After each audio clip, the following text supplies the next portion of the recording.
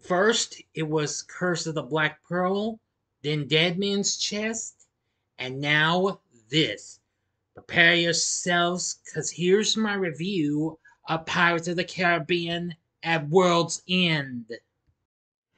Big D's Entertainment Rankings and Reviews.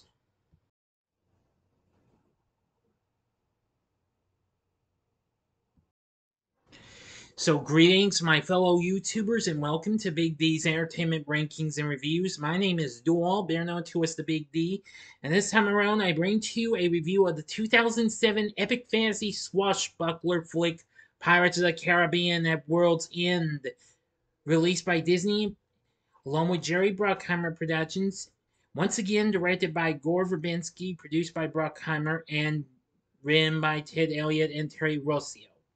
The third installment of the Pirates of the Caribbean series, set a few months after the previous film, Dead Man's Chest, it follows a desperate quest to locate and rescue Captain Jack Sparrow, trapped on a sea of sand in Davy Jones' locker, and convene the Brethren Court in a war against the East India Trading Company.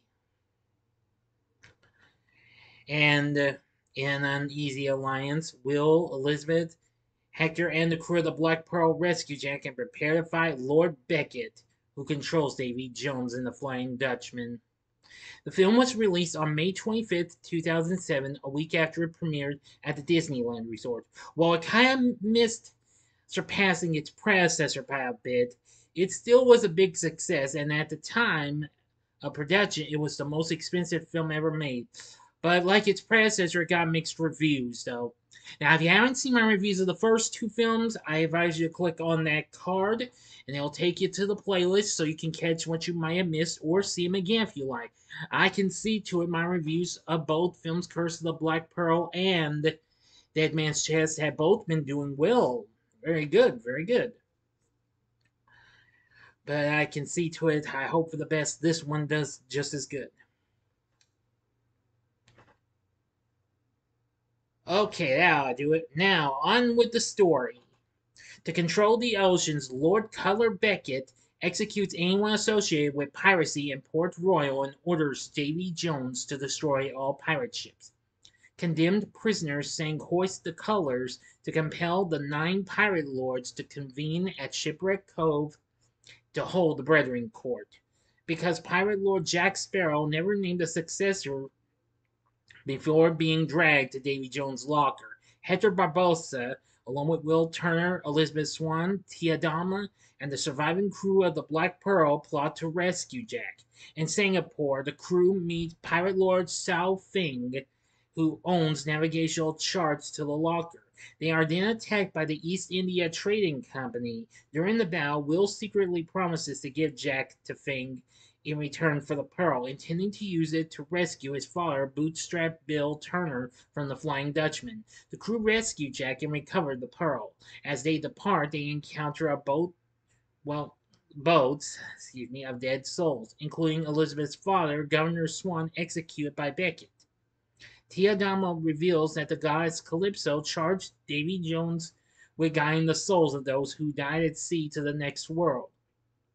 Every 10 years, he could come ashore to be with the woman he loved, but Jones corrupted his purpose and was cursed to become a monster.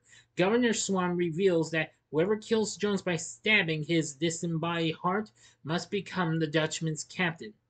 Returning to the living world, the Pearl stops at an island for fresh water, but are attacked by Feng and Beckett's men. As Jack secretly negotiates his freedom with Beckett, Elizabeth is handed over to Feng, who believes she is Calypso, while the rest of the crew make for Shipwreck Cove aboard the Pearl. Excuse me, getting a little tongue-tied. Sorry. Jack throws Will off the ship as part of a plan to seize control of the Dutchman. Sao Feng tells Elizabeth that the First Brethren Court bound Calypso in human form after her lover, Davy Jones, betrayed her. Feng plans to release her to defeat Beckett. Feng is fatally wounded in an attack by Jones, appointing Elizabeth his successor as Pirate Lord before dying. Elizabeth and the crew are locked in the brig of the Dutchman, where she finds Bootstrap Bill losing himself to the Dutchman's curse. Admiral James Norrington frees Elizabeth and her crew from the Dutchman, but is killed by a crazed Bootstrap Bill. Will is rescued by Beckett and informs Jones of Jack's escape from the locker, learning in the process that Jones enabled the first court to imprison Calypso, revealed to be Teodalma. Meanwhile, the Pearl arrives at Shipwreck Cove, where Barbossa attempts to persuade the Brethren Court to release Calypso, while Elizabeth demands a fight back against Beckett. Jack's father, Captain Teague, informs the court that only an elected pirate king can declare war. To avoid a stalemate, Jack votes for Elizabeth, making her king. Elizabeth, Jack, Barbossa, Beckett, Jones, and Will parley, trading Will for Jack.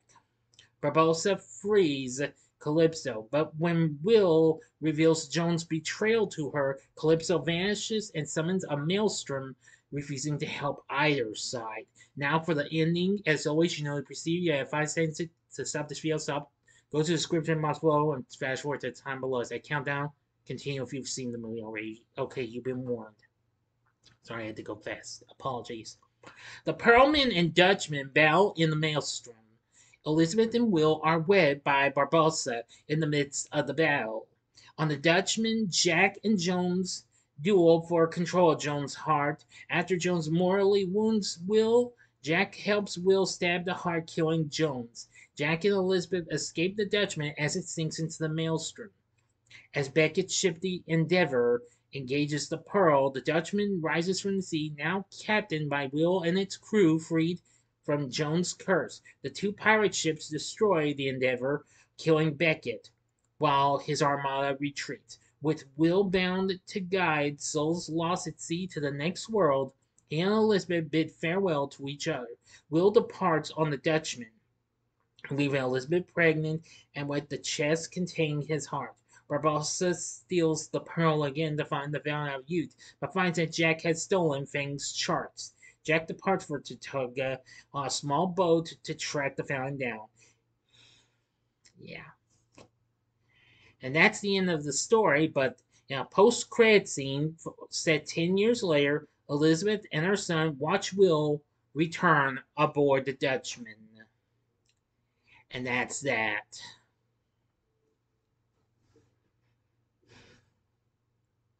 So, what did I think of Pirates of the Caribbean at World's End? Well, I'm going to say I liked it a little more than Dead Man's Chest, but you have to take my word for it. I, I still appreciate picking up where it left off. Now, as for the critics, I will get to that. The film currently sits at 44% on Rotten Tomatoes, saying that the film provides the thrilling action scenes, but mixes in too many characters with too many incomprehensible plot threads. Yes, that's understandable. The plot, it kind of will leave you a little, I don't know, baffled or something like that, and what have you. Now, they also complain about the pacing, what have you. Yeah, it does have just a few pacing issues, and the runtime. With a runtime of 169 minutes, which that's like 14 or 15 minutes longer than the last film, almost 3 hours.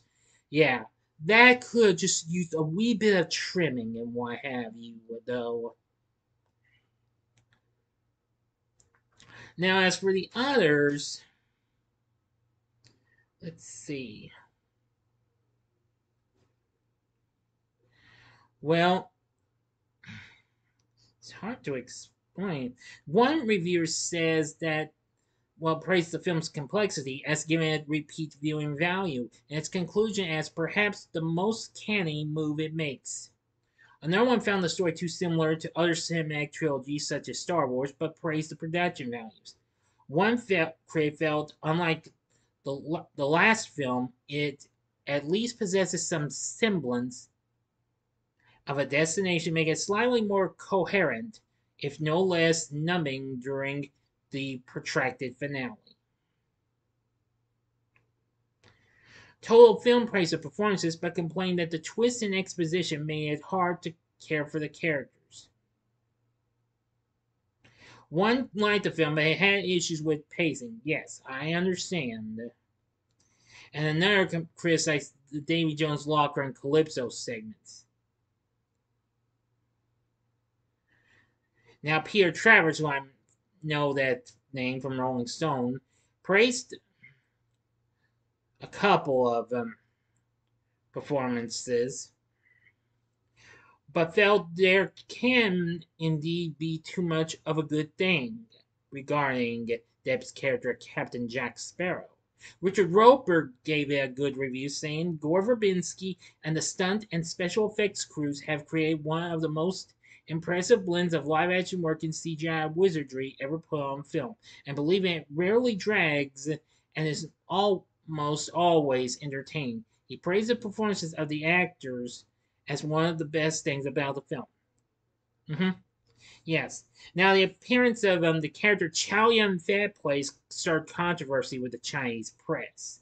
But I really don't want to try and get into that, though, because I don't want to cause any issues or something like that. Anyway, Hans Zimmer is back on board to do the score. Now, I think he did a really good job, so that was good. And Gore Verbinski, of course, did a good job with his direction, what have you. Considering its plot and pacing and runtime, yeah, I could have just used a little spit and polish. Now, as for our cast, on the other hand, Johnny Depp is back as Captain Jack Sparrow, and yet again, he's still pretty good. Geoffrey Rush makes his return as Hector Barbossa, even though despite making an uncredited cameo in the last film.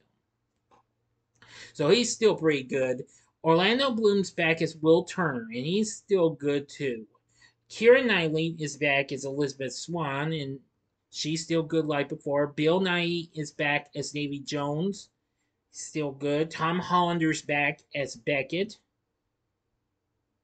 not too bad. Let's see. Kevin R. McNally is back as Joshua Mead Gibbs. Jack Davenport is back as James Norrington. Jonathan Pryce is back as Governor Swan. Naomi Harris is back as Tia Dalma. And Lee Arenberg and Mackenzie Crook are back as Pinto and Rigetti. And Stellan Skarsgård is back as Bootstrap Bill. So all those are still good as before, like last time. Now, as for some of them,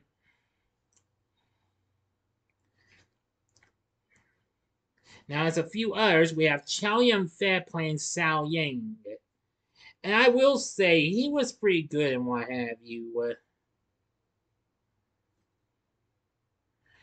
Let's see. And also, we have, can you believe this? I didn't even notice it was him until I saw his name. Keith Richards, yes, you heard me correctly, as in the Rolling Stones, Keith Richards plays Captain Teague. Now, actually, Richards, who partially inspired Depp's portrayal of Sparrow, was meant to appear in the last film, but there was no room for him in the story, as well as his being tied up with a Rolling Stones tour. He almost missed filming a scene in the film following injuries sustained by falling out of a tree.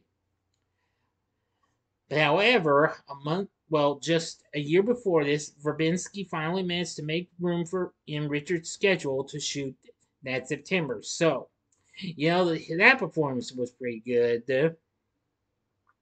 So overall, well, despite the plot was kind of would keep you getting a little, I don't know, and pacing, well, kind of mixed and what have you, and the runtime could have used some more trimming, but still it provided some good swashbuckling and action-packed sequences that were really intense in some parts, and still a pretty good cast, mostly old and a few new ones. I know way too many. Could have just used maybe lesser types of characters, but hey, this is what they wanted to do, so be it. And a good score from Hans Zimmer. So I'm gonna say Pirates of the Caribbean at World's End was not too bad at all.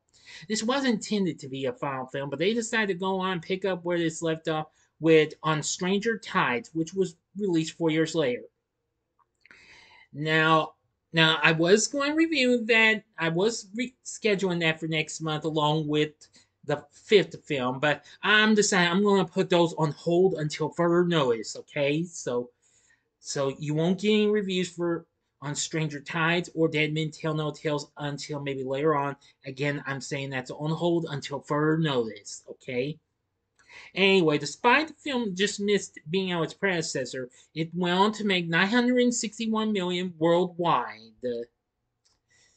and also it got nominated at the Academy Awards for Best Makeup and Best Visual Effects.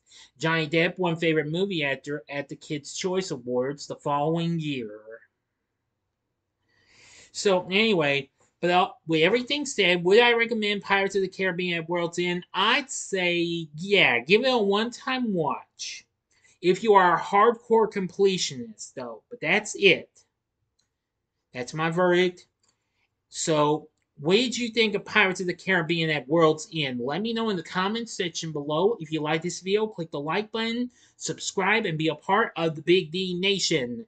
Join me next time when I bring to you the first installment of a special 3-part ranking where I'll be ranking my favorite songs by the Queen of Pop herself, Madonna, for the 40th anniversary of her self-titled debut. Oh, I'm going to look forward to doing this. I just got to get the ranking fix up. It's gonna just take a bit, but I think I can get it done before I do the video. Okay?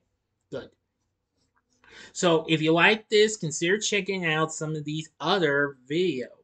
In the upper left hand corner is my review of the third installment of the original Star Wars trilogy, and that was Return of the Jedi. It's actually a re-review I did. Yeah, because the film recently celebrated its 40th anniversary not so long ago. Or if you would like, go to the upper right hand corner and see my re-review of Iron Man 3 from 2013, or go to the bottom left hand corner and see my re-review of Thor Ragnarok from 2017. And the bottom right hand corner is the button you can click to subscribe if you like rankings and reviews on movies, TV, music, video games, etc. Then I'm your guy. Thanks for watching. Until next time, I'm the Big D saying, see ya.